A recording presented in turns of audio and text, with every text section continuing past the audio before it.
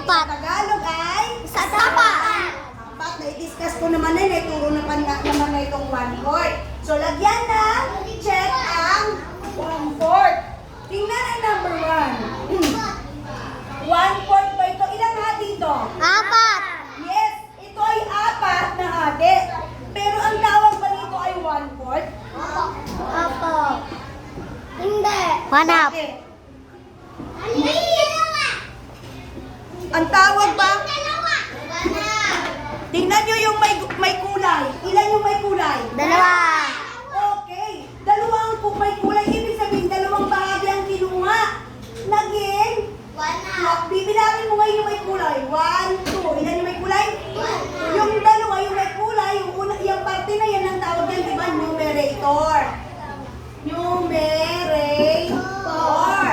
Okay. Yun yung unang kinuhang parte. May natirang dalawang parte. So, parang naging lalaki yan. So, ito ay 2. Ilang parte? 2/4. Okay, yung denominator, yun yung hati. Kaya check yan. Denominator. Kaya check yan. Yun ay numerator. Ilagay mo. Is this 1/4 ba yan? Hindi. 1/4 ba to? Yung 2/4 na yun, parang naging Hati. kalahati, tinanggal yung dalawang parte. O, ito yung 1/4. Ito yung 1/4. Tinanggal ngayon, yung may kulay, tinanggal. Ilan ang natira? Dalawa. So, ito ay 2/4. Dalawang pinagati sa dalawa yon. Yung 4 ko. Ayun, kinuha pala yung dalawa dun sa 4. So, yan. Okay, mali dito. Okay. Is this 1/4? Hindi. This is 2/4. Okay, number 2. Tingnan. Ano nilagay mo? 1/4? Tingnan mabuti. Oo. Sisigaw. Is this 1/4? Yes! Bakit? Ilan yung mayroong kulay? Isa! Okay, ilan ang hati? 4. The denominator is 4. Is this 1/4? Yes, ito hindi. Ito ay yes. O, isa lang o. O, ito this is 1/4. Eh, dito pala i-check. Nasa teacher o. Ito X, ito yung check. Okay, next. Number 3. Is this 1/4? O, ilan ang numerator? The numerator is 1 and the denominator is Check nilagay mo. 4. Is this 1/4? Oh. Okay, look at this number 4. Anak, dito ang tingin. Sorry, Jen. Okay, number 4. Ilan ang numerator? Ilan ang tinanggal na bahagi? Isa! Only one, yung may color 1. Oh, how many parts? Ilan ang ano siya? Ilan 4. hati? Okay. Ilang hati? 4. Is this 1/4? Yes, very good dun sa mga sumasagot. Jen, mali! Salamat po sa sumasagot. Very good nakikinig. Okay, tingnan ito. Ilan yung mayroong kulay? Ang tanong ni teacher, ilan may kulay? Dalawa. So this is, the numerator is 2. Nasaan naman? Ilang hati? 3. Ano ang fraction? 2. 4. 3. Is this 1/4? Is this 1/4? Okay, nakikinig kayo dyan? Okay, this is not 1/4. May nag-uusap dito, hindi nakikinig. Okay, number 6. Okay, tingnan ilang parte ulit ito. This is, ilang kinuha? 1, 4. then 4 na hati. Isa lang ang kinuhang parte. Dito naman, this is 1/4? Yes, this is 1/4. Look at this, number 7. Tingin. Bakit hindi siya 1/4? Kasi walang natira. Anong walang natira? Naging 0 siya. 2. Ilan ang may kulay? Ilan ang Dalawa. 2. Ilan din ang? Ilang hati? Dalawa. This is 2. O ibig sabihin nito, or 1. Isang buo na rin yan. Isang buo ang wala o nakulayan. Ibig sabihin 2. Ibig sabihin, dalawa yung 2 yung numerator. The denominator is also 2. Pag pareho yan, ibig sabihin yan 1. Di ba yung 1, 1? Ibig sabihin din yan ay 1. Ano ibig sabihin ng 1, 1? 1 whole. Pag 2, 1 whole din yan. 3, 3. This is also 1.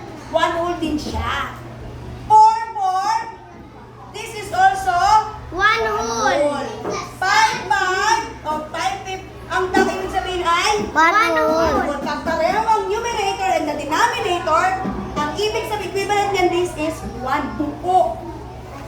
Buo yung mayroong ano. Okay, next. Dito tayo. Is this 1/4? No. How about this? Dito yan sa kabila. Ito naman.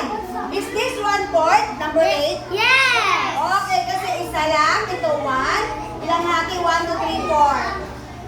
Nakikinig po ang mga bata dyan? Oo nga, nakabag na.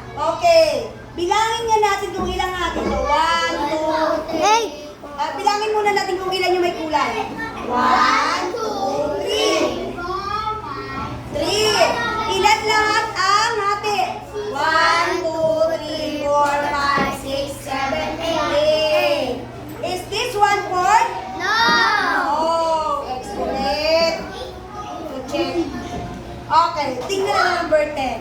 Yes! Ilan? Yes! 1/4 kaya yan. Mag-isip. Apa! Bakit no? Next. Kasi apat yun.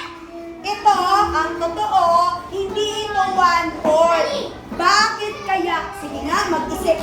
Ay, bibigyan ko ng bagong lapis. Ang makakasagot ng tama, bakit hindi ito 1/4? 1/3! Kasi kinuha yung isa. Ang tanong ni teacher, bakit hindi kaya siya 1/4? Tingnan mabuti. Hindi rin. Kasi may ano sila? Hindi. Apat na. Tingnan mabuti. Apat na hati ito. Nakikinig. Apat nga na hati. Tama. 1, 2, 3, 4. Isang bagay kinuha. Pero, hindi siya tinatawag na 1/4. 1/3! Bakit nga hindi siya tatawagin 1/4? Bakit hindi siya pwede? Hindi nga. 1 whole! Tingnan natin mabuti ito. Maliit. Palaki ng palaki. Bakit hindi siya 1/4? 1/10!